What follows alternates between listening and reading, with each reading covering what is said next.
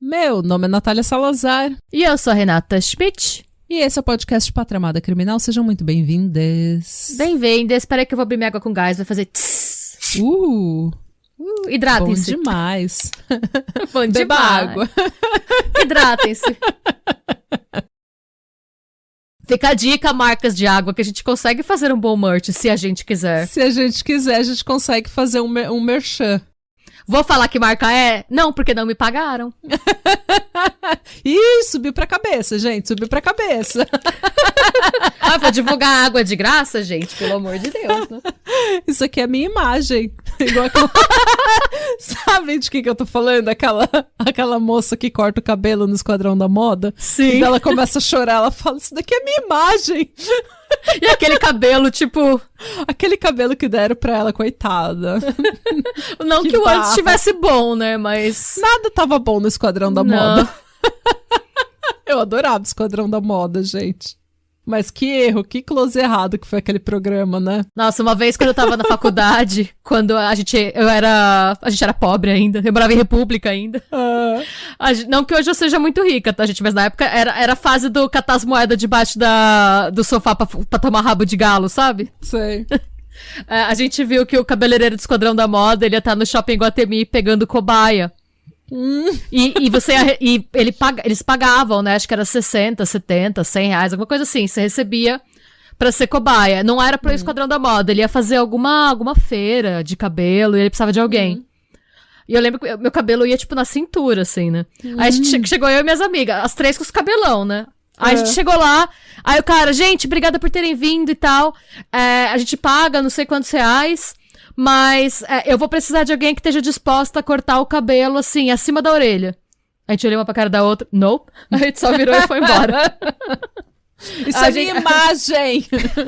O que a gente pensou foi, tipo, na vaidade a gente ainda tem. Não era, sabe? Tipo, a gente não tá... Foi aí que a gente viu que a gente não tava tão desesperado por dinheiro quanto a gente achava que estava. Foi o ponto positivo, sabe? Tipo, ó, se a gente estivesse realmente precisando, a gente tinha levantado a mão. Ai, gente, mas cortar o cabelo demora tanto pra crescer. Eu cortei meu cabelo Chanel. Cortei o cabelo curtinho, né, no ombro, na pandemia. Até hoje não consegui fazer meu cabelo crescer de novo.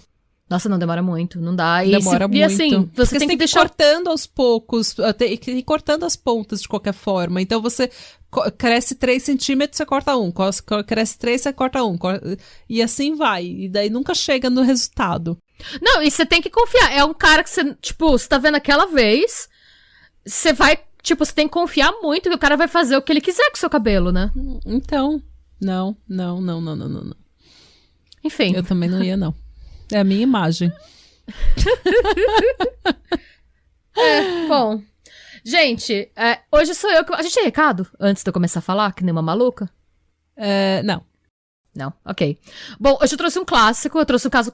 Às vezes a gente faz casos clássicos, a gente evita, mas às vezes não. E, assim, eu penso... sei lá, eu não sei pra onde eu tô indo. Diga, que caso... Eu tô curiosa pelo caso clássico. É porque assim, gente, ó, o meu critério pessoal, assim, normalmente eu evito fazer caso que todo mundo já fez, porque que é muito conhecido no Brasil e tal. Porque quando eu sempre, antes de eu ser podcaster, eu era uma consumidora assídua de true crime. E sempre tem, nesses casos mais tradicionais, algum canal ou algum podcast que fez uma cobertura muito boa do caso. Aí eu penso, eu não tenho nada a acrescentar. Eu também. Se eu não tiver nada novo pra falar, pra trazer, não tem por que ficar contando a mesma história 30 vezes. Esse caso que eu tenho que acrescentar, o que eu acho que eu vou conseguir acrescentar é um pouco do ponto de vista, por quê? Quero deixar bem claro que eu não estou dizendo que o que foi feito aqui não foi horrível, mas eu imagino que se o caso fosse julgado hoje, a sentença não teria sido a mesma. Não só a sentença, talvez, eu acho que a sentença nem é relevante assim, não é tão relevante, mas mais a repercussão do caso e o estigma social talvez não fosse tão grande. Tá. E é a história da Fera da Penha. Meu Deus. Eu queria. Que alegria. Eu gostei. Porque eu não conheço esse caso direito.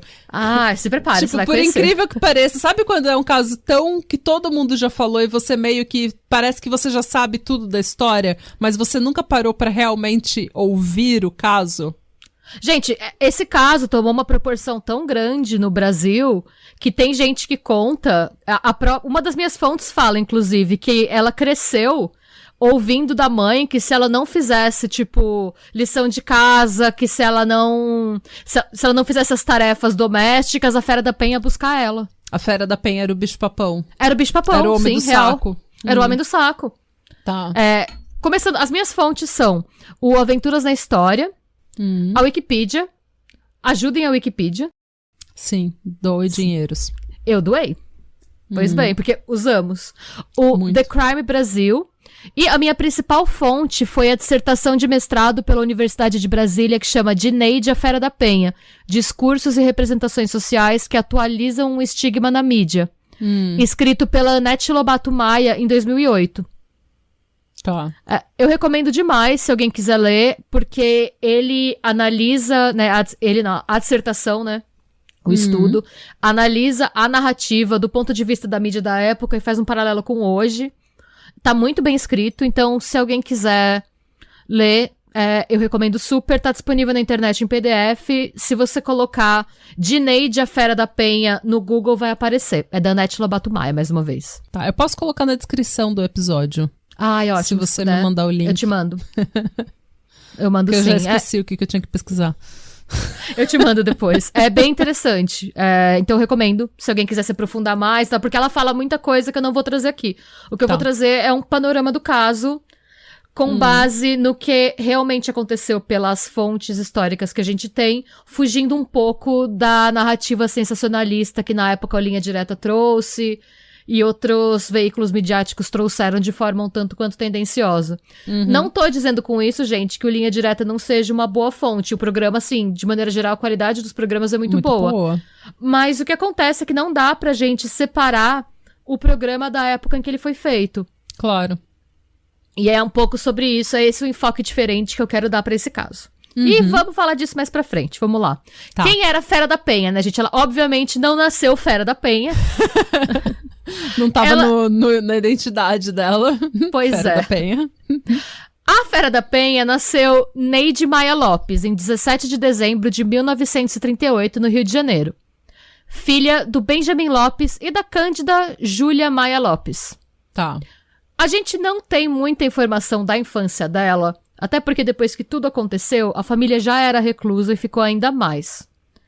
O que a gente sabe é que a infância dela é descrita como triste. Sim, é triste, né?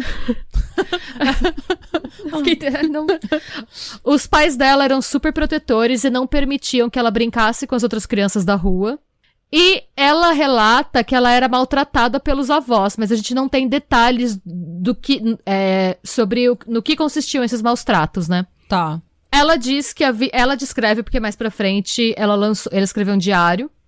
Ela descreve a infância como monótona e fala que a infância tinha muitas lembranças dolorosas pra ela. E ela fala que desde muito cedo, desde que ela se lembra, ela se sentia feia. Porque ela tinha o rosto bem marcado pela acne e ela tem um nariz bem característico, assim. Se vocês olharem, eu acho que as fotos dela são bem icônicas, ela tem um nariz bem marcante. Sim. E ela era extremamente magra, o que na época também não era correspondente ao padrão de beleza vigente. Uma curiosidade, a minha avó fala, eu lembro quando eu era bem pequena, minha avó mostrava as fotos dela com os vestidos e tal, minha avó falava, tá vendo isso aqui? É tudo enchimento. A gente punha os enchimento. Aí ela fala que as mulheres colocavam enchimento tanto no peito quanto na bunda pra você ficar que nem uma ampulheta. Também, ficava... Era drag, tudo é drag. Sim, ela fala que todo mundo, ela tá vendo todas essas moças aí, sentava, achatava tudo, era uma foto dela com as amigas de vestido. A gente era muito magrinha, a gente colocava as coisas, o padrão de beleza era bem curvilíneo, na época em que ela era adolescente, aí na virada dos anos 50 e muitos, virada pro começo dos anos 60 também, você tinha, né, Marilyn Monroe, gente, era o padrão. Então tinha isso. Além de tudo, ela era bastante introspectiva e ela é descrita, e isso eu acho que a gente tem que questionar, porque a gente não sabe, mas ela é descrita como uma pessoa sem muitas ambições na vida. Que assim, não sei se eu necessariamente concordo, mas é o que tá nas fontes, a gente vai manter isso por enquanto. E ela também é descrita como uma leitora voraz. Tá. Ela tinha muito problema de insônia. E por conta disso, ela tentava driblar a insônia lendo revistas de contos policiais e de mistério. Uma Pátria Amada. Sim, então. E algumas dessas... E eu me identifico muito, porque eu era uma adolescente muito estranha, e eu realmente era adolescente com o nariz enfiado nos livros, que não saía muito de casa. Eu mudei um pouco lá pelos 15, 16 anos, mas que eu fiquei mais sociável. Antes disso, era... eu era bem estranha também. Eu não era muito sociável. E também não lia nada, ou seja, eu não era nem inteligente. É porque na nossa época a gente não tinha internet, né, Natália? Ela não tinha essa opção, né? Então. E assim, que revistas ela consumia, né? Ela gostava uma revista que chama X9, uma que chama Terror Verde, uma outra que chama Emoção e Detetive. E ela também gostava muito das crônicas do Nelson Rodrigues. Tá. Uma coisa bem passional. Sim. E isso foi usado contra ela depois. Todos esses elementos, por isso que eu questiono um pouco o sem muitas ambições na vida. Porque todo esse background foi usado pra criar essa figura da fera, sabe? A fera, o monstro, a coisa que não é humana.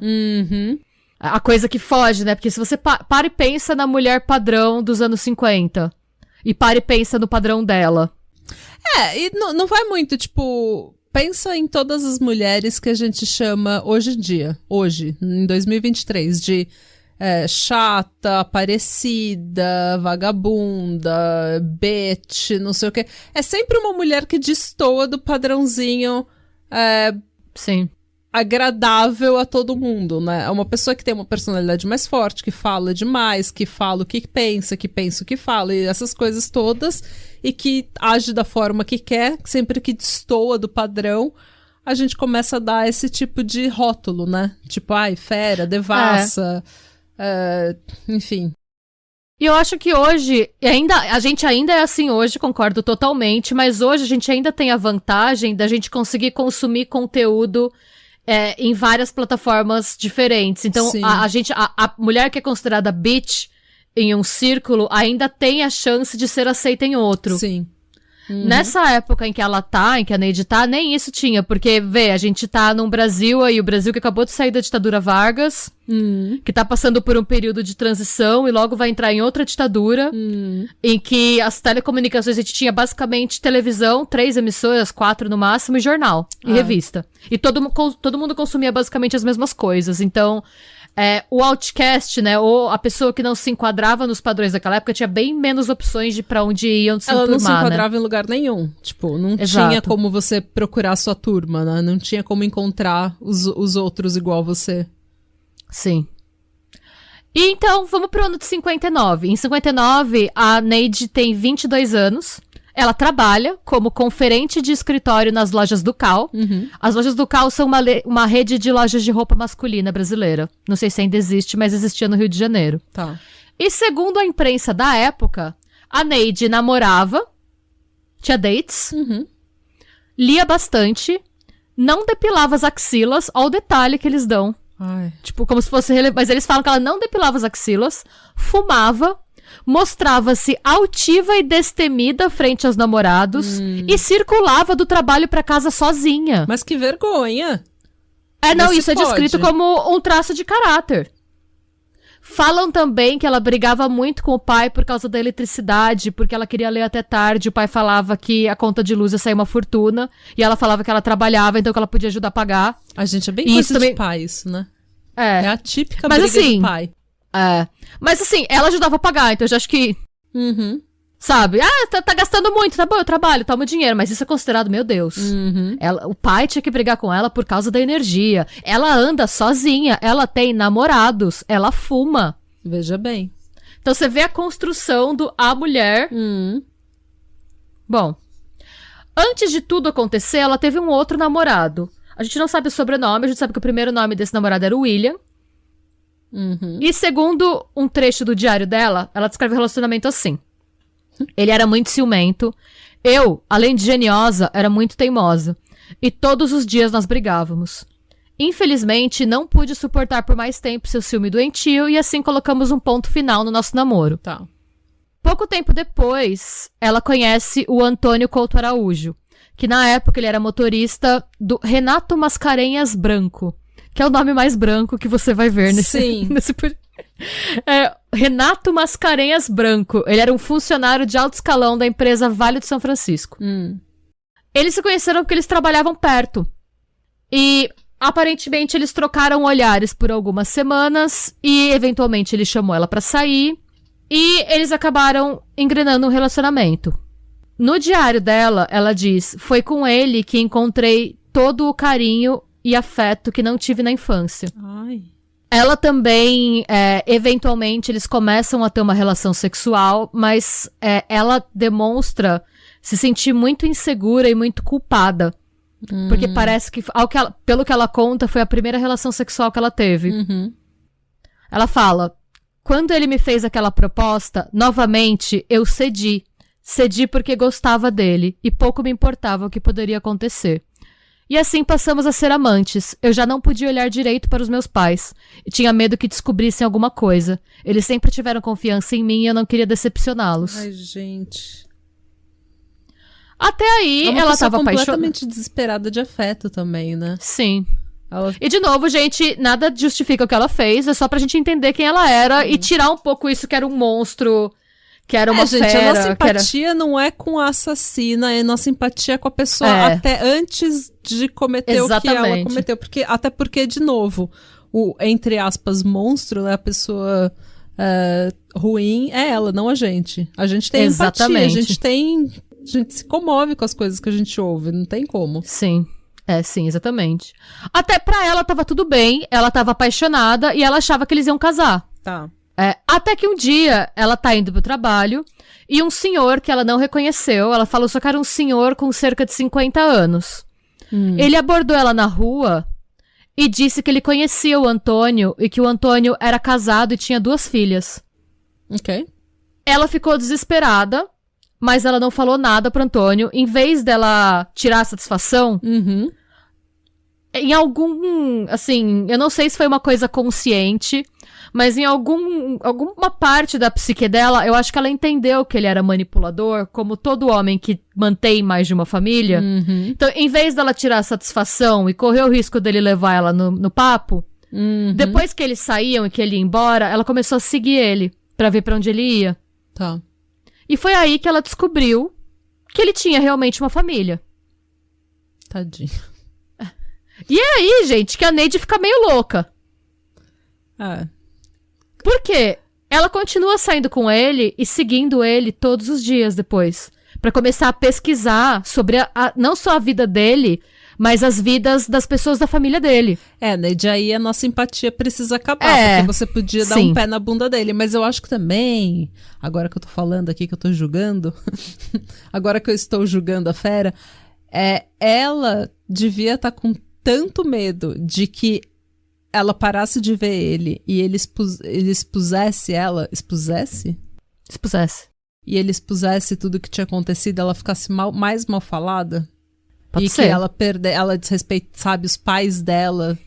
E assim, trazendo pros dias de hoje, o que ela fez foi fuçar as redes sociais dele até achar. Então é assim, isso que eu tô pensando. De repente ela tava com tanto medo e ela fez uma coisa que pra gente parece horrível, mas você que já tomou um chifre, que já sofreu uma desilusão, você sabe que você passou um mês olhando o Instagram da pessoa. Ai, gente, posso abrir um parênteses e contar uma história? Eu não sei se eu conto agora, mas eu vou contar. Qualquer coisa a gente edita. eu não vou citar eu acho que eu já te contei essa história, mas eu não vou contar o nome dos envolvidos, porque um amigo me contou essa história. E às vezes ele ouve o podcast, mas enfim, eu não vou citar os nomes. Ok, amigo. Mas esse amigo, ele tem um amigo que, tipo, esse amigo contou a história pros brother no bar. E esse amigo contou dando risada. Pra mim, esse amigo é um Dennis Reynolds da vida, assim. Porque psicopata. Esse cara tinha uma família em São Paulo, tipo, esposa e filhos. E ele tinha algum trabalho em relações institucionais, alguma coisa assim, não sei direito o que, mas ele tinha que trabalhar 1 semana por mês em Brasília. Ai. Sim. Ele ia pra Brasília, ele alugou lá um apartamento, tipo, e ele conheceu uma mina, ele começou a namorar essa mina. Mas começou a ficar sério nível, ela chamou ele pra ir com ela no casamento da prima dela. Tipo, uma coisa que ela ia ser madrinha, uma coisa assim. Só que ela conta que no dia do casamento ela teve um pressentimento ruim. A menina. E aí, ele tinha um Facebook que não tinha nada. Assim, ele deu um outro nome pra ela. Ele tinha um Facebook com esse outro nome, que não era o Facebook dele. Tá. E aí, o que aconteceu... Eu não tenho detalhes da história. Não sei se ele tinha o Facebook com outro nome, se ele deu um outro nome pra ela. Tinha um fake. Eu sei que em algum momento, alguém da família dele marcou ele, tipo, fulano, eu fiz... E ela foi fuçando. E aí o fulano, o tio do pavê, falou, fulano, eu fiz a árvore genealógica da nossa família, e mandou um link pra ele. E ela clicou no link e ela viu o cara e a esposa. E, né? E aí ela foi tirar satisfação e o cara falou pra ela que ele era viúvo. Gente. E aí, o que ela fez? Ela procurou o nome da esposa, clicou e apareceu lá. A esposa tinha postado na véspera, a foto de capa da esposa era ela, o cara e as 2 crianças. Aquelas fotos, sabe? Panos esvoaçantes, segurando a criança. Último post, estou viva. Era uma coisa tipo, volta logo pra casa, um post bem... E aí ela falou, o cara tava se arrumando pra chegar, ela só respondeu, tipo, não venha. Mandou o screenshot da esposa. E o cara, tipo, eu largo minha mulher pra ficar com você. Falou, bom, não ia largar. Claro que não. Aí ela falou, olha, se você continuar falando comigo, eu vou abrir uma ordem de restrição contra você. Isso. Ótimo. Beleza, terminou aí a história, só que deu 1 mês o cara tava com outra, de Brasília. Nossa senhora. Mas bem, fecha o parênteses. Então assim, tendo visto esse contexto que esse tipo de coisa acontece, eu não sei se na época isso é tão diferente do que a gente ela faz fez, hoje, assim. né? Então até aí, não tá tão bizarro assim. Eu diria, Neide, vai fazer uma análise, mas né... Neide, Rivotril. Enfim, eventualmente nessas fuçadas, ela acabou descobrindo... Você vai ficar não tinha. malhada, Imagina, nos nos 50, não tinha, não, imagina, nos hoje, 50 mostrar. Hoje em dia hoje você falaria pra Neide, vai pra academia, nada motiva mais do que não, dor de hoje em corno. dia seria, Neide, vai pros apps. Vai pros apps, vai pros apps, vai pros apps. Pois bem, nessa de ficar espiando ele, ela acabou descobrindo o nome da esposa do Antônio, que é Nilza Coelho Araújo, e ela bolou um plano. Um belo dia, assim, aleatoriamente, ela bateu na porta. Ela falou, oi, Nilza, tudo bem? Você lembra de mim? A gente estudou juntas no Colégio Duque de Caxias. Eu não sei como ela conseguiu informação de onde a Nilza estudou. Eu acho que ela deve ter batido na porta e dado um migué perguntando pros vizinhos. Ou senão ela só chutou. Se era tipo um colégio próximo, sabe? Ela falou, Pode ser, eu não sei o quão grande é a escola, quão grande era o Rio de Janeiro nos anos 50, não sei se era... Eu não sei se ela chutou, a gente não tem essa informação, se ela... Não tenho certeza, tá? Ela ainda falou alguma coisa tipo, a Elaine ia vir comigo, mas ela tá grávida e não tá passando bem. Mas você lembra de mim? A gente tinha o mesmo nome na escola. A Nilza não lembra. Mas, Nilza, boa moça, educada, moça de bem, fingiu que lembrava porque ela achou que era muita falta de educação. Sim, todo mundo já fez isso também, claro que eu lembro. Nossa, várias vezes. Nossa, E aí ela chama ela pra entrar. Ai, claro, entra. E papo vai, papo vem. Ela acaba fazendo meio que uma amizade. Ela começa a frequentar a casa. Ela espera o Antônio sair. E por que desculpa ela dá pra ficar frequentando a casa? A gente não tem informação como ela descobriu, mas a Nilza tem um irmão que chama Nelson Coelho. Ela finge que tá interessada no Nelson. Eita. Então ela fica frequentando a casa na esperança de tipo um flertezinho aqui, um flertezinho ali, sabe? A Nilza ajuda nós. Se essa história fosse ter um final feliz, se fosse uma comédia romântica, ela ia acabar se apaixonando de verdade pelo Nelson. Sim. E eles iam ser felizes pra sempre. Mas essa é a vida real. And this is Rio de Janeiro, como diz Vin Diesel. Em Velozes e Furiosos 4. Então não é isso que acontece, infelizmente. E aí, como eu falei, o Antônio tem 2 filhas com a Nilce. Em uma dessas visitas, a Nilce comenta... Que foi? Você tá rindo de mim imitando Vin Diesel? Eu gosto de você. Eu gosto muito de...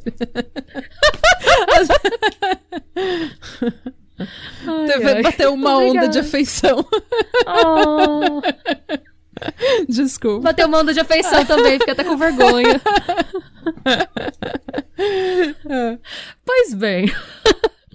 Nessa, papo vai, papo vem, Nessa tá lá conversando, papeando. Te ajudo com a louça, vamos lá, vamos bater um bolo, fazer um café e tal. Ela descobre que o Antônio tem uma filha favorita, que é a Tânia Maria, de apenas 4 anos. A Nilza comenta, tipo, nossa, essa menina, ela pode fazer o que for, que o Antônio não consegue ficar bravo com ela. Ela é a menina dos olhos dele. E nisso, ela vai... Eu não tenho... A gente nunca vai saber disso ao certo, gente, mas eu não acho que ela tinha um plano nesse momento. Eu acho que ela tava, tipo, que ela foi se deixando levar. Sabe quando você age? Ela se descreve como geniosa. Eu acho que ela agiu no impulso. Aquela curiosidade mórbida que você tem de querer saber como é a vida, se são felizes. Eu acho que ela queria pegar alguma, sabe, sentir, tipo, será que eles estão brigados? Será que eles não se gostam? Como será que é a vida deles? Sabe? Pra mim, a gente não tem como saber. Nunca saberemos, mas pra mim, até aí, ela ainda não tinha um plano.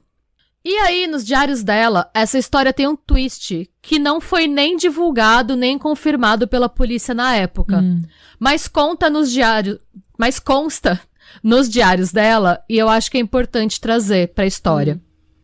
Ela conta, 1 mês depois da primeira visita à casa dele, fiz uma descoberta que, apesar da triste situação, me deixou feliz. E à noite, quando ele foi me esperar, contei que ia ser mãe. Encontraria forças para contar tudo a meus pais, e eles talvez me perdoassem e eu viveria unicamente para o meu filho. Ela conta também que o Antônio não gostou, que o Antônio propôs dar um jeito, e que eles brigaram a ponto de ela dar um tapa nele e ele devolver o tapa. Eita. E ela fala, aos poucos fui descobrindo que me sentia mal ao seu lado. Falei com ele francamente que não gostava mais dele, que era melhor esquecermos o passado, que meus pais não ficariam sabendo quem era o pai, que isso era a única coisa que eu poderia fazer por ele. Tipo, não vou tirar a criança, mas eu não vou falar que é seu. Segundo ela ainda, a resposta dele a essa proposta foi ameaçá-la. Ele disse que a criança não poderia nascer e que se ela sumisse, se ela parasse de, tipo, se ela só vazasse, ele escreveu uma carta anônima pra família dela contando tudo. Ainda segundo o diário, passaram-se 2 meses e ele pediu ele esperou ela na saída do trabalho e ele abordou ela de forma carinhosa e apaixonada, como se nada tivesse acontecido. Falou que tinha mudado de ideia, que ele queria assumir a criança. Ele, inclusive, falou que queria largar a mulher. Era o oi sumida da época. E falou, inclusive, ó, eu tô tão te assumindo que eu quero te levar pra passear no Botafogo amanhã e eu quero te apresentar pros meus amigos. Ai. E ela fala que ela saiu com ele e eles acabaram subindo até um certo apartamento na Rua Voluntários da Pátria. E só ali ela percebeu que, na verdade, não era a casa dos amigos do amigo dele ou dos amigos dele, era uma clínica médica. Ai, meu Deus. E ela fala que ela saiu do prédio algumas horas depois, cambaleante com náuseas, e ela não entendia o que tinha acontecido. Ela fala que ela só entendeu o que aconteceu quando ela chegou em casa. Ele deu carona pra ela até a casa dela. Eles drogaram ela e fizeram um aborto? Sim. Ela fala que ela sofreu muitas dores quando ela chegou em casa e uma forte hemorragia que deram a certeza que ela tinha sofrido um aborto sem o consentimento dela. Gente. Eu quero deixar bem claro, gente, que isso não é comprovado, mas assim, não é que isso é comprovado porque ela passou por um exame e viram que era mentira. Isso não é comprovado porque a polícia nem foi atrás. Ninguém se preocupou em saber se isso era verdade ou não. Ou não. Nos dias que se seguiram ao aborto, ela fala, eu andava muito nervosa, eu sentia muito medo e às vezes tinha a impressão de que alguém me seguia. 4 dias depois, acabei me encontrando com ele, já não suportava a sua presença. Meu Deus. ela conta que a gota d'água pra ela foi 1 mês depois do aborto, quando ele chegou perguntando pra ela, ai, como é que tá a criança? Como se ele não soubesse o que tinha acontecido. Tipo, fazendo um gaslight, sabe? Gente, se isso tudo for verdade, eu tô passada. Assim, é difícil, né? Porque a gente tem o lado dela, do que aconteceu, e ninguém foi atrás de comprovar. Eu acho que é por isso que eu falo que é uma narrativa que, assim, que se essa mesma coisa tivesse acontecido hoje, talvez a história fosse um pouco diferente, porque nada justifica o que ela fez. Nada. Claro, não. Mas, tendo em vista esse histórico e que ela tinha acabado de passar por uma situação extremamente traumática... Sim, porque das duas uma, ou isso não é verdade e ela tramou tudo isso e fingiu ter, ela fez uma fanfic na cabeça dela escrevendo o diário dela. Uhum. Ou isso é verdade e, tipo, eu não sei nem como que eu me sinto mais. Minha opinião pessoal, eu acho que esse trecho que ela fala, aos poucos... fui descobrindo que me sentia mal ao seu lado e tal. Isso eu acho que é mentira. Eu acho que ela tava gostando dele até o momento em que ela vai pra clínica. Hoje, tendo em vista o que a gente já sabe, vídeo goleiro Bruno, vídeo caso que acabou de acontecer com um político do Rio de Janeiro lá no motel. Sim. Foi do Rio de Janeiro, cara? Não é? Não sei nem de onde ele era. Mas assim... A causa principal de morte nos Estados Unidos para mulheres grávidas é o feminicídio. Então, assim, tendo em vista todos esses casos... porque mesmo no caso do goleiro Bruno, antes dele matar a Elisa Samúdio, ele levou ela pra fazer um aborto clandestino, né? Que não pegou. Não deu certo. Ele fez exatamente isso com ela. Então, assim, sabendo o que a gente sabe hoje, a gente sabe que é possível. Sim. E o nível de detalhamento, não sei. E a gente vai falar um pouco mais disso, assim. Mas eu acho realmente que ela... Eu acho que é mentira que ela não gostava mais dele, que foi lá forçada. Eu acho que ela gostava dele, sim. E que foi por isso que foi tão dolorido pra ela. Imagina a pessoa que você ama e que chega pra você falando o que você quer ouvir. E você cai porque você quer ouvir aquilo e é a solução pra todos os seus problemas. E quando você chega lá, é uma mentira. Não só uma mentira, é um abuso. Uma violência, A partir daí, ela fala que a gota d'água pra ela, então, foi nesse encontro, 1 mês depois do aborto, em que ele chega e fala, e o bebê, como é que tá? Dissimulado, né? Ela falou que a partir daí, ela passou a alimentar um forte desejo de vingança contra o Antônio.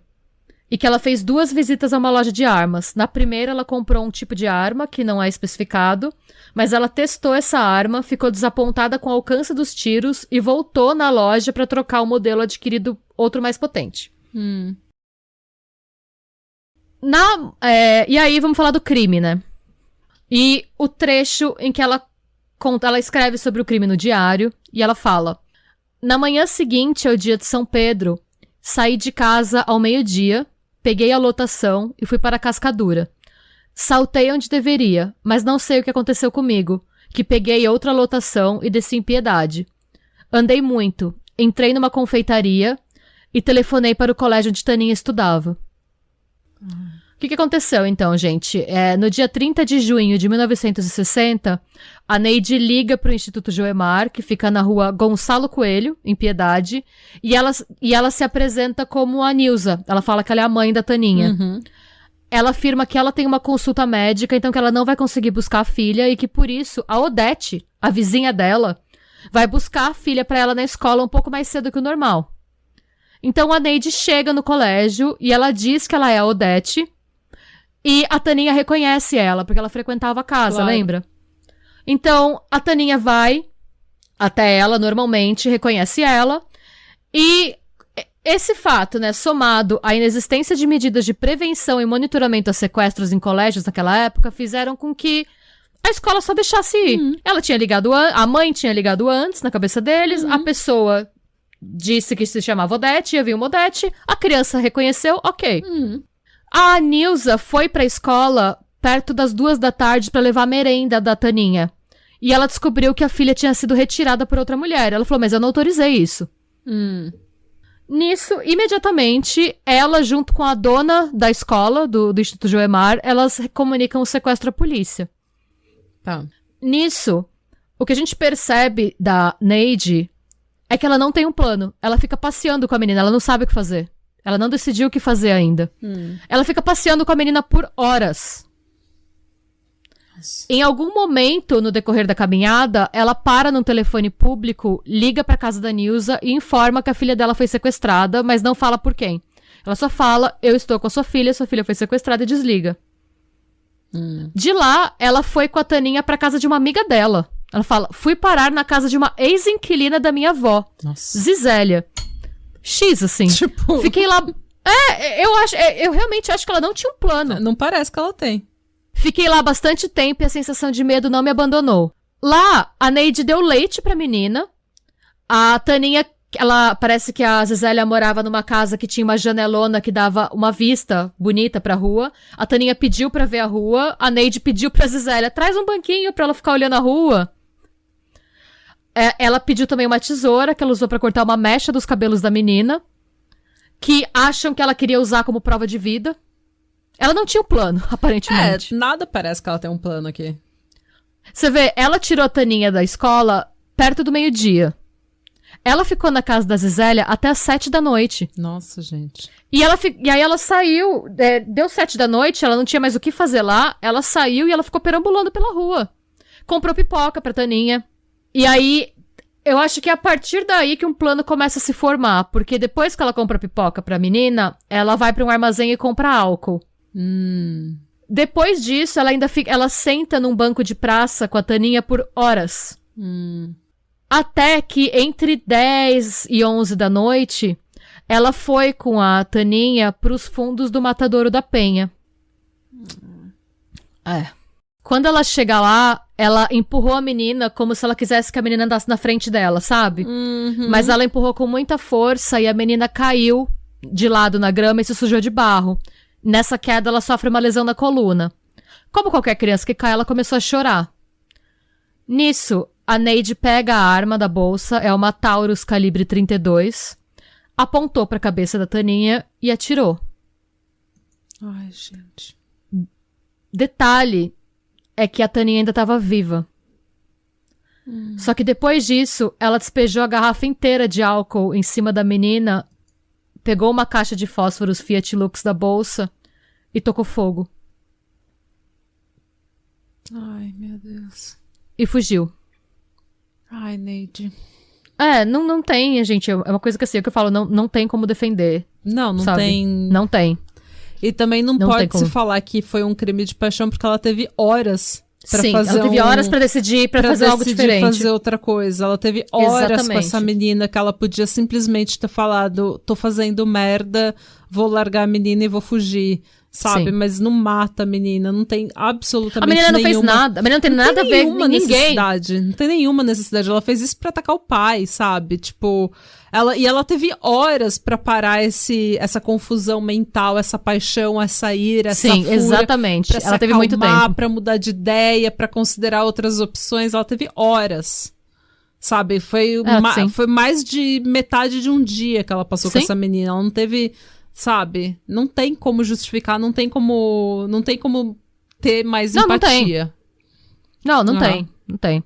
Não dá. A empatia acaba aí, realmente, porque não tem justificativa pra que ela fez, sabe? Não.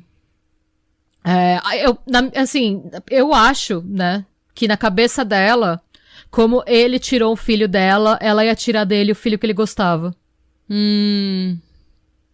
Eu acho que ela queria machucar ele do mesmo jeito que ele machucou ela, mas assim... tipo, 2 erros não fazem um acerto, sabe? Você fazer isso com uma criança inocente não vai fazer com que... Não tem justificativa, eles não têm justificativo. Quando ela chega em casa, a polícia já tá lá. Por quê? O Antônio confessou que tava tendo um caso. Aí a gente não sabe direito o que o Antônio fala pra polícia. A gente sabe que ele confessa que ele tá tendo um caso, que ele tava tendo um caso com ela e que... Por algum motivo, as coisas não tinham ido bem. É por esse motivo também que eu acho que o aborto aconteceu. Porque eu acho que ele deve ter se ligado e deve ter falado pra polícia, e a polícia deve ter tido aquela... Ou ele falou pra polícia só do caso e não falou do aborto, ou ele falou pra polícia e naquela época, muito mais que hoje, a polícia deve ter pensado... não precisa falar, vai acabar, o cara já tá nessa situação, vai falar o que o cara fez, pá, sabe? Pode ter sido também. Basicamente, o que ele fala pra polícia é que ele tava tendo um caso e que ela tinha motivos pra querer se vingar dele. É isso. E aí a polícia pergunta pra ela se foi ela que sequestrou a menina, porque naquele momento eles estavam investigando um sequestro. Uhum. E eles achavam, né? Imagina uma mulher fazer uma coisa, ela deve ter, só se descontrolou, pegou a menina, ela quer tanto ser mãe que quis roubar a menina pra ela, né? Ela negou o sequestro, mas foi presa mesmo assim. E falam que quando ela pediu, ela aceitou, ela falou, eu vou com vocês, eu só preciso avisar meus pais.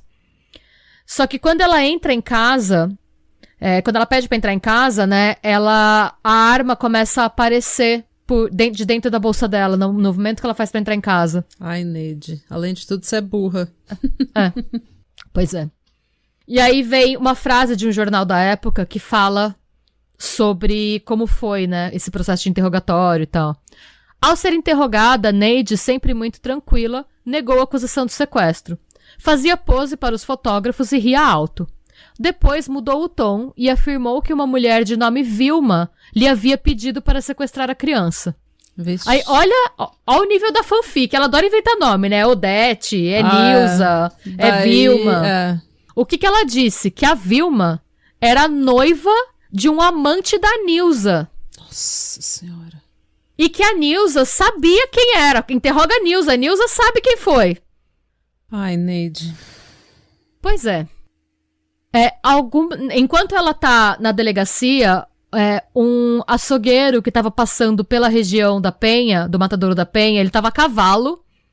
E o cavalo empacou ao sentir o cheiro de carne queimada. Ai. Esse açougueiro pediu pra não ter a identidade revelada. Claro. Sim, ele liga pra polícia.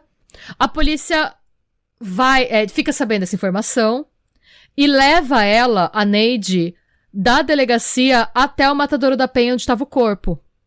Falam que quando levam ela lá, ela surta. Ela surta e fala, me tira daqui, pelo amor de Deus, eu conto tudo, mas na delegacia. Ela confessa que o corpo é o da Taninha. E eles levam ela de volta pra 24ª DP, que era onde ela foi detida. Só que quando ela volta pra DP, ela nega de novo. E aí, isso, segundo também a imprensa da época, gente, tá tudo lá naquela tese que eu falei pra vocês. Os policiais decidiram usar um estratagema pra dobrá-la, pra fazer ela confessar, que eu não sei nem se é permitido hoje, tá, gente? Eles deixaram ela de pé durante todo o interrogatório e proibiram ela de fumar. Pra deixar ela nervosa. Mesmo ela sendo proibida de sentar e de fumar, ela só confessou depois de 12 horas de inquérito. Caraca. Além disso, e esse é um dos momentos que, assim, pra mim, o momento em que ela vira Fera da Penha é esse, tá? Porque durante o processo de interrogatório, o repórter Saulo Gomes, que é um repórter investigativo, que, se não me engano, tá vivo até hoje. Não tenho certeza. Mas ele é um grande nome da reportagem investigativa do Rio de Janeiro. O Saulo Gomes pediu permissão do delegado pra entrevistá-la. E ele foi bastante insistente. Assim, ele tinha uma técnica dele de tirar o que das pessoas, sabe? Basicamente, ele tava entrevistando ela ao vivo, pela Rádio Continental, fazendo um monte de pergunta. Até que ele deixou ela irritada, e ela falou, eu não vou dizer nada. Agora, sabe de uma coisa? Eu queria matar a família toda. Infelizmente, eu não tive tempo. Aí, A partir daí, teve uma verdadeira comoção popular. Ela só não foi apedrejada e morta pela galera ali mesmo, porque a polícia calculou essa possibilidade e enganou a galera. O que eles fizeram? Eles retiraram ela da delegacia por uma porta lateral e por um carro que não era marcado e soltou uma viatura vazia pela porta principal. Os populares, 300 pessoas, tá, gente? Depredaram a viatura numa tentativa de conseguir chegar nela pra linchar ela. Nossa Senhora. E foi aí que a imprensa criou diversas, né, alcunhas pra se referir a ela, a Neide. Só que a mais famosa acabou sendo a Fera da Penha, que era uma manchete de jornal. Tipo, a Fera da Penha. E pegou. É porque o que ela fez foi, de fato, monstruoso. Sim, foi monstruoso. Foi realmente... E o que ela fala, quer saber? Eu queria matar a família toda. Não. Só não matei porque não tive tempo, sabe? Eu entendo que ela tava 12 horas de pé, sem cigarro, pistola, mas mesmo assim... Eu acho que se fosse eu nessa situação, eu ia estar em posição fetal. Chorando. Eu ia mandar a pessoa tomar no cu, mas eu não ia falar, queria ter matado todo mundo, a família toda. Tipo, você já acabou de matar uma menina, uma criança. Se controla, Neide. Neide, se controle, Segura exatamente. tua onda. Neide descompensado. Troféu Carla Zambelli. Mais um. A gente tá distribuindo, gente. Hoje em dia, toda vez que eu vejo uma pessoa desgovernada, eu penso na Carla Zambelli. Toda mulher desgovernada. Tá, é o novo Teen's Choice Awards. A gente sai, aqui, troféu Carla Zambelli pra você, porque seus loucos. Eu tento dar uma chance pra Carla Zambelli, porque a minha mãe, ela gosta, eu acho, um pouco da Carla Zambelli. Não tem como. Mas não tem como, cara, porque ela é muito descompensada. Ela é. Sabe? E toda vez que tem notícia dela, não interessa em qual canal você veja, em qual jornal, é sempre umas notícias descompensadas, umas coisas loucas, sabe? Sim, tipo, de uma pessoa desgovernada. Então eu começo a dar o troféu Carla Zambelli pras pessoas. Pois é. Alguns dias depois desse furdunço todo, ainda durante as investigações, a polícia precisou cancelar a reconstituição do crime, porque... os moradores da Penha se organizaram e ficaram escondidos no local do crime pra linchar ela lá. Eita. Então não conseguiram fazer a reconstituição. Era esse o nível. Nossa, gente. Mesmo sem a reconstituição, ela continuou presa até ser transferida pra penitenciária Lemos Brito em Bangu. E ela ficou presa até a data do julgamento. Numa das poucas entrevistas que o pai da Neide deu, ele falou que ele tinha muito medo que ela fosse linchada. E, posteriormente, ele deu o seguinte relato. Diariamente, eu encontro despachos de macumba na porta de casa. Velas pretas e vermelhas, galinhas mortas e bonecas com o nome da minha filha espetadas com agulhas. Aí a gente vê que, tipo, esse tipo de crime afeta todo mundo, né? Afeta, tipo, a família dela, independente, tipo... de qualquer coisa, a família dela não tinha nada a ver com isso, assim. Não, tipo, não tem nenhum histórico de abuso, os pais dela podiam ser controladores, mas tinha liberdade, ia sozinha, voltava, ela tinha, tipo, nenhuma das minhas fontes tem nenhum histórico de ter nada de errado com a família dela, tá? Eu sempre sinto um pouco de pena da família, mesmo assim, do assassino, porque eu sempre fico pensando, não é uma mãe que perde um filho, são duas mães que perdem dois filhos, sabe? Porque, tipo... eu sempre penso nisso, sabe? Porque, tipo, a família do agressor, a família do assassino também não tem nada a ver com essa Thor, normalmente, né? Normalmente não tem nada a ver com essa Thor. E nenhuma das fontes que eu pesquisei, eles falam nada sobre ter nada de abuso, de agressão, nada na família dela, assim. Eles falam só que os pais dela eram super protetores e que tinham umas treta por causa da conta de luz, mas não é nada muito fora de uma família normal, de classe média, Pelo contrário, ela tinha mais liberdade, pensando que ela ia e voltava sozinha do trabalho, que ela fumava, que ela trabalhava. Ela tinha muito mais liberdade do que muita moça dos anos 50. Sim. Né? Mas bem, o julgamento aconteceu nos dias 4 e 5 de outubro de 63. Depois de 16 horas de sessão, o júri votou pela condenação dela pelo sequestro, 7 votos a 0. E pelo homicídio, 6 votos a 1. Alguém achou ela inocente. O juiz que presidiu o caso foi o Carlos Luiz Bandeira Estampa, ele já é falecido, que era o presidente do segundo tribunal do júri. Ele proferiu uma sentença de 33 anos de prisão. 30 pelo homicídio e 3 pelo sequestro, em regime fechado. Por conta da pena ter ultrapassado mais de 20 anos, uma pena maior que 20 anos, um segundo julgamento foi solicitado pelo advogado dela. Esse julgamento aconteceu entre 20 e 21 de abril de 64 e só confirmou a sentença. No final, a decisão dos julgamentos foi confirmada só em 66. Tá. Dizem que ela manteve o hábito de leitura no presídio e, por conta de bom comportamento, ela tinha a chave da própria cela e uma televisão portátil. Dentro da cadeia, nos anos 60. Aí. Chique. Ela gostava de costurar roupas de criança e de cuidar de uma boneca. Ela ganhou uma boneca de presente e ela tratava a boneca como se fosse uma filha. Ela falava que a boneca era filha dela. Ah, esse é o detalhe mais só. Mas eu não gosto. Esse é o detalhe que me deixou mais desconfortável. É muito creepy. É bem creepy. Mas um motivo pelo qual eu acho que o aborto realmente aconteceu. Eu acho que na cabeça dela era tipo... Que ela criou uma versão twisted da realidade na cabeça dela, que o filho dela tinha nascido, sabe? Ai. Depois de que... pois é. Depois de 15 anos, de cumprir 15 anos de prisão, sendo que a pena dela foi reduzida através de um induto de 33 para 21 anos, ela foi solta em 9 de outubro de 75. Tá. Sabe uma coisa bizarra?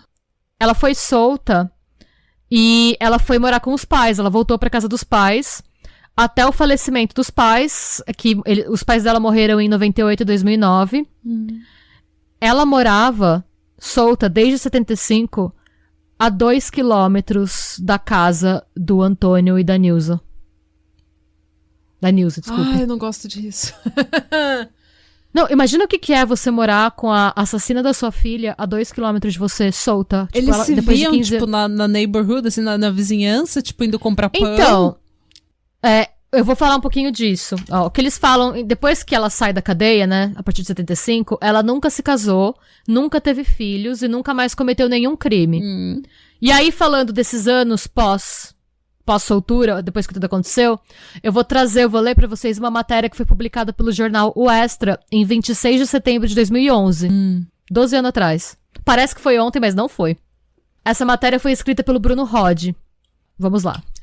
Menos de 2 quilômetros e quase 51 anos separam os pais de Tânia Maria Coelho Araújo de Neide Maia Lopes.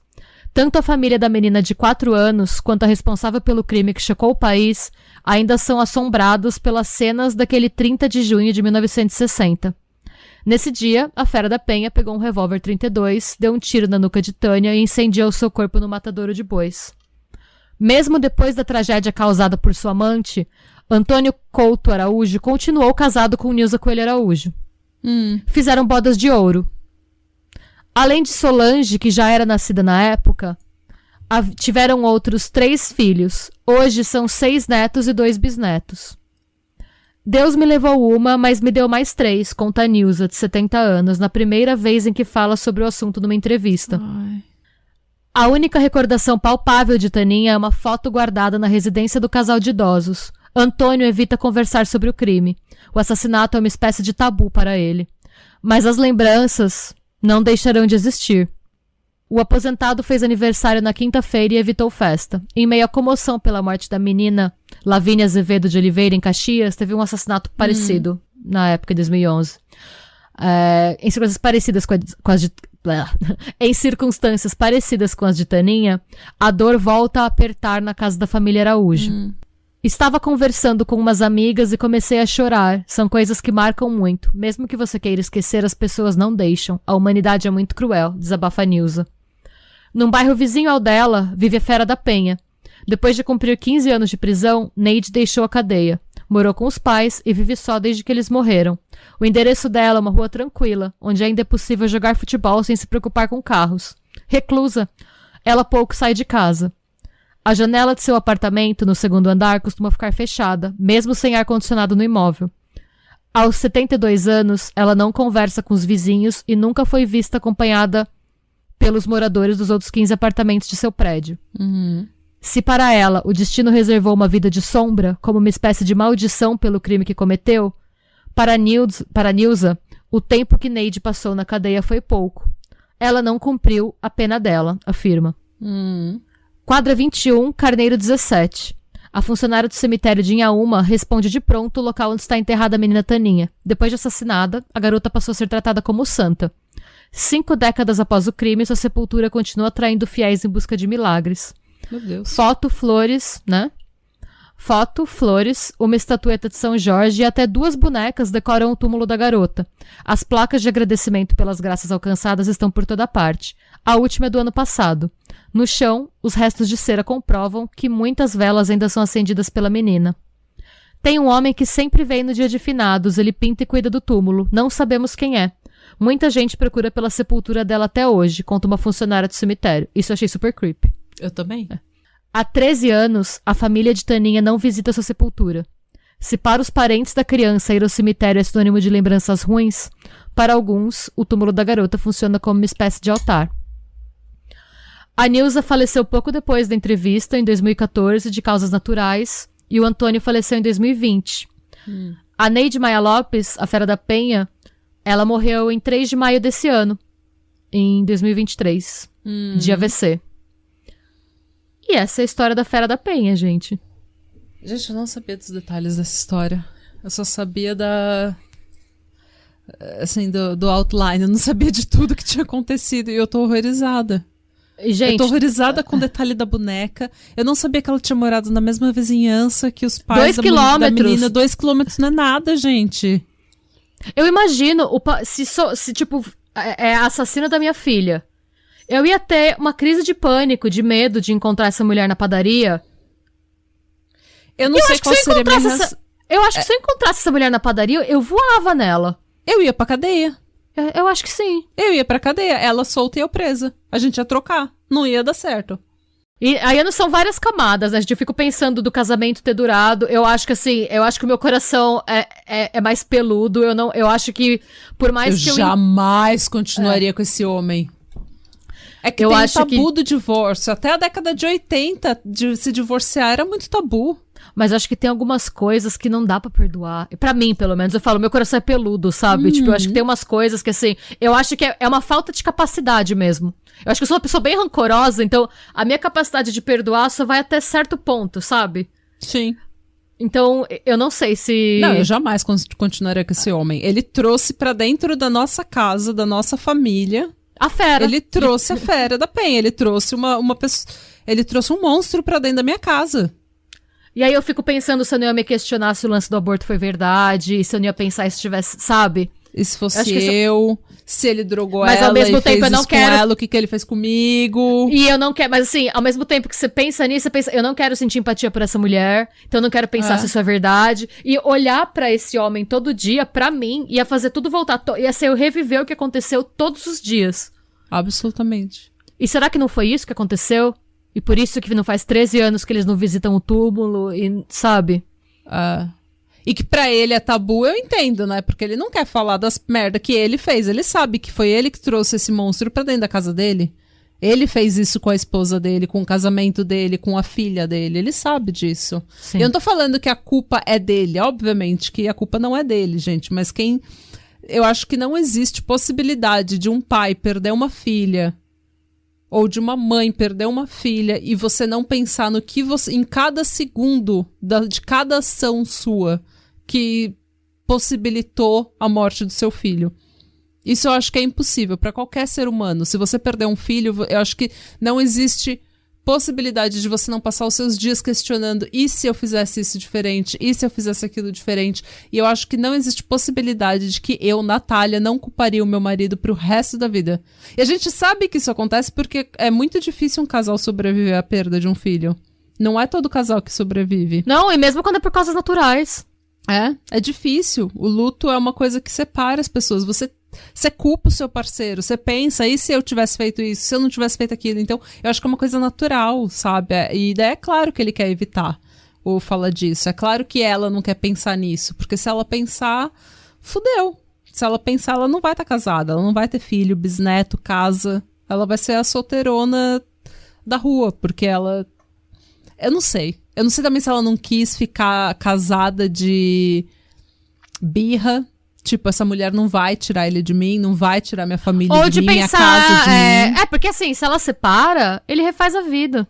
Ela vai virar solteirona. Ela vai virar solteirona da rua, ele vai refazer a vida, nada vai acontecer com ele, o estigma vai todo pra ela vai perder a filha, a casa, o marido...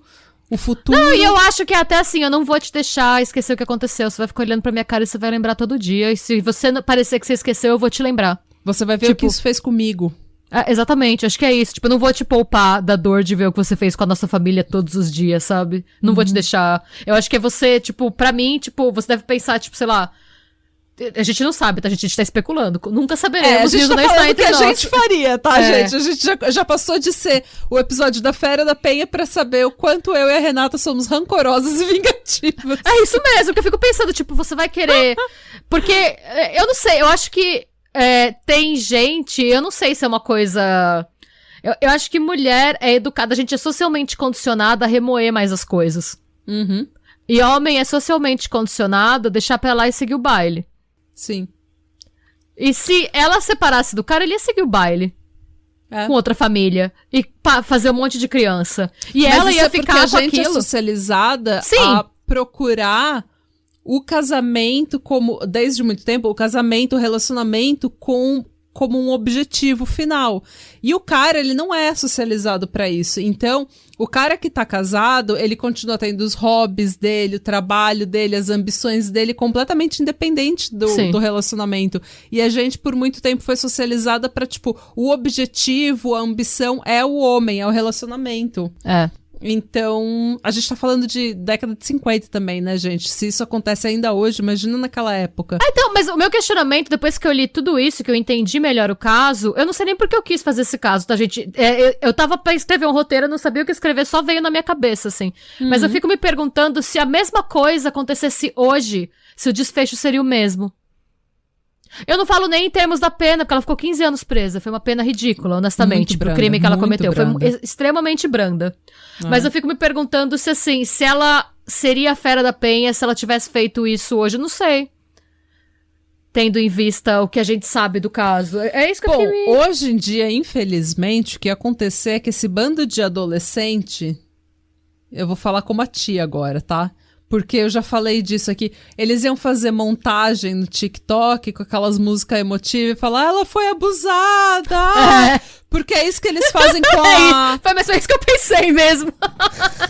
Porque eles fazem isso com os irmãos Menendez, eles fazem isso com a Aileen Warren. Você sabe que no TikTok a Aileen Warren é uma deusa feminista. Eu juro por Deus, amiga, não tô brincando. Não, eu não sei, eles fazem montagem com os vídeos dela na corte e aquela música Only love can hurt like this. E daí, tipo, ela foi abusada a vida inteira, sabe? Tipo, eles fazem uma fanfic, uma romantização do que ela fez. Ela era uma pessoa horrível, gente. Ela era abusiva com a namorada dela, que não tinha nada a ver com os, sabe, com as dor dela, com os traumas dela. Ela era horrível. E eu não tô falando que ela não foi abusada ou que ela não teve uma vida difícil, mas assim, eles iam romantizar. Eu acho que esse bando de tiktokeiro ia tudo romantizar a Fera da Penha como se ela fosse, ai, tadinha, ela sofreu muito. E assim, gente, tem muita gente que sofre muito todo dia e não faz o que ela fez. E ela teve horas e horas e horas e horas pra, tipo, mudar de ideia desse plano. Tipo, colocar o plano na gaveta. Não, ela não tinha um plano, né? Eu não sei, eu acho que... Não sei, minha opinião, tá, gente? Pelo que ela conta, a gente não sabe nem se dá pra confiar em tudo que tá escrito lá, porque a gente tem a versão dela só daquele dia. É fato, óbvio, que ela ficou andando com a menina e tal. Pra mim, ela queria matar ele no começo.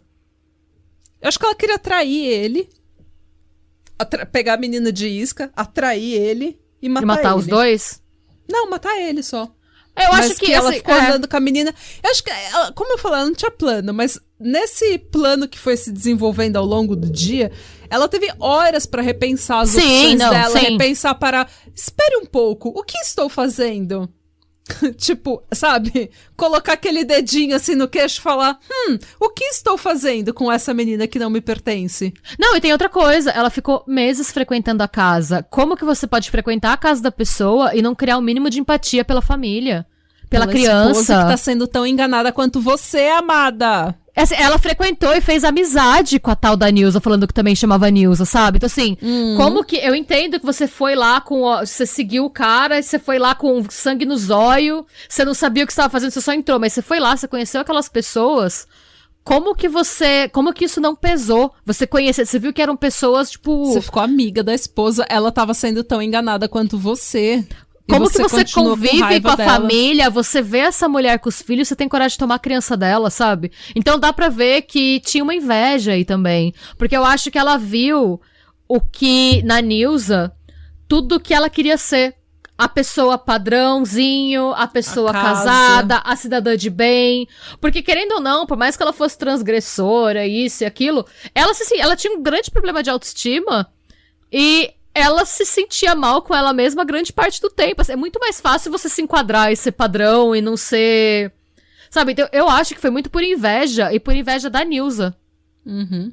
Porque você vê que quando ela é chamada pra depor, a primeira coisa que ela tenta fazer é difamar a Nilza. Que foi a Nilza que tinha um amante. O amante, ela não tenta acusar o cara, ela não fala, eu fiz isso porque ele me obrigou a fazer um aborto. Isso ela só vai falar depois. Não, ela tenta difamar a Nilza. Eu acho que é um daqueles casos da... Tem umas mulheres assim, gente. Não tô errada. Eu não sei se tem uns homens assim. Eu já vi muito caso de mulher assim. A mulher que ela quer conquistar o cara da outra mina, que ela tem inveja da mina. Uhum.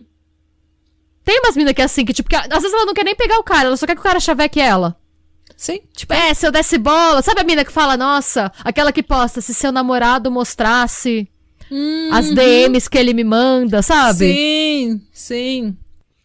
Eu acho que que rolou no caso da Neide uma rivalidade nesse sentido. Uhum.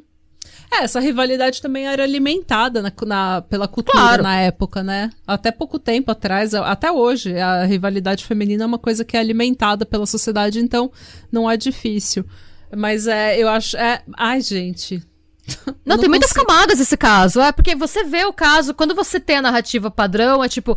era uma doida que invadiu a casa da mulher pra conhecer melhor, conhecer os hábitos, foi lá, roubou a mina, matou a mina, e é a Fera da Penha. E coitada da família. A gente não tem muito as nuances, né? E daí... tem... nossa. Agora... A gente precisa falar da menina ter sido santificada, gente, pelo brasileiro. Isso eu achei bem bizarro. Eu achei bizarro, gente. Foi só uma criança que morreu. Vocês estão... Deixa a menina descansar, sabe? Sabe? Vocês estão indo lá pedir favor pro corpo da menina. Eu acho que foi por isso que eles pararam de ir no túmulo. Imagina também você ver isso sendo, sabe? Era uma criança. Uma criança, gente. O cara que vai cuidar do túmulo eu achei bem bizarro. O cara desconhecido que não é da família, que vai lá pintar o túmulo e... Ai, nada é normal nessa história. Ninguém é normal. Tudo tem um detalhe creepy. A boneca na cela, a boneca na prisão. Ela costurando roupinha pra boneca que ela tratava como se fosse um bebê. Gente, o que vocês acham? Fala pra gente. Vocês sabiam que ela tava viva, gente? Que ela morreu só esse ano, em maio desse ano? Eu sabia que ela tinha morrido no início desse ano, mas eu não tava no meu radar, assim, não é uma coisa que eu pensava. Como eu falei, é um caso que a gente ouve tanto, ouve, daí, tipo, você meio que ouve tudo por cima, sabe? Nunca se aprofunda, porque na sua cabeça você já sabe, você já conhece. Não, é isso mesmo. E, terrível. Mas, e se parar pra pensar, ela teve uma pena curta, mas na verdade não teve, né? Porque ela continuou pagando por isso o resto da vida dela. Ela se enfiou, a diferença é que ela foi do apartamento, ela foi da cela pro apartamento, né? Mas pudera, né? Não tô falando que não tem razão. Eu tô falando que assim, na verdade, óbvio, ela deveria ter ficado mais tempo presa, mas parando pra pensar também, ela tinha mais segurança na cadeia do que na rua. Porque ela tem uma fisionomia muito característica, ela tem um rosto muito marcante. Sim. Então, ela não conseguiria, depois de solta, ir pra lugar nenhum. Não. Por isso que ela não era vista. Quem visse essa mulher ia linchar, essa mulher ia xingar ela na rua. Claro. Eu adorei a história. Que, como eu falei, eu não sabia de todas as nuances, nunca tinha parado pra pensar nesse caso. E conta pra gente o que você achou. Comenta no post lá do Instagram, não só pra dar engajamento, mas pra gente também conversar, né? Porque se vocês mandam mensagem só pro DM, as mensagens ficam perdidas e a conversa não anda. No post do episódio, a conversa flui e todos os ouvintes falam com... Vocês falam entre vocês falam com a gente vai lá e comenta. Então é uma conversa que flui mais facilmente. E se você é apoiador do Pátria Amada Criminal, essa semana você vai receber um programa exclusivo que nós fizemos para apoiadores chamado No Chão da Sala. Yay! É o piloto do Chão da Sala. É o piloto. É um programa que nós estamos testando, é apenas para apoiadores do Pátria e é uma coisa mais íntima. Tudo que a gente não pode falar no podcast, a gente vai falar lá. Então, assim, tudo que não dá tempo, sabe? Dates criminais, dos quais eu participo. Coisas estranhas, casos bizarros. É um estilo, tipo, porque a gente teve um feedback muito bom do Darwin Awards, então a gente vai levar esse formato para um programa especial em que a gente fala só de coisas bizarras, coisas que estão acontecendo na nossa vida, documentários que a gente viu, livros que a gente leu, coisas mais informais, assim, coisas que a gente não tem tempo de falar no podcast, tá? Então Sim. É uma coisa que vai ser provavelmente mensal, eu acredito que sim, uma coisa mensal. E vocês vão participar, vocês vão poder dar pitaco, falar o que vocês acham, o que vocês querem. E é isso, gente. Se você ainda não é apoiador do Pátria, por favor, entre na Aurelo e apoie com 10 ou 20 reais e você receberá conteúdo exclusivo. E não só isso, você recebe vídeos e episódios semanais com um dia de antecedência. E sem anúncio. E sem anúncio, o que é mais legal. E a gente manda também, toda semana, imagens de apoio extra dos casos da semana que a gente traz no pod. Isso, além de participar do ICQ, além de ter live, além de ter todas as coisas que a gente tá ainda no processo de desenvolver, mas que vai se tornar cada vez mais frequente. Cada vez mais vantagens virão para apoiadores. Yay! E se você não tem dinheiros para apoiar, você pode apoiar esse podcast indo no iTunes e dando uma review, escrevendo lá que você gosta da gente, dando uns 5 estrelas.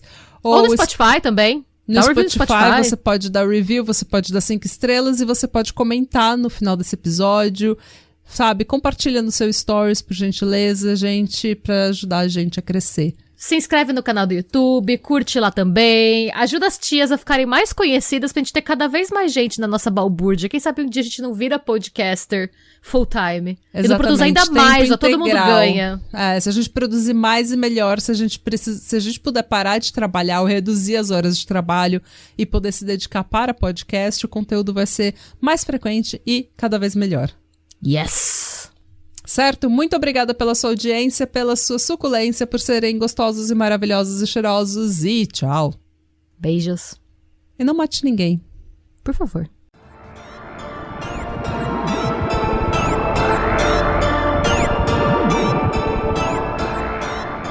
E se você gostou desse episódio e quer receber conteúdo exclusivo sem comerciais, vá até a Aurelo para se tornar um apoiador do Pátria.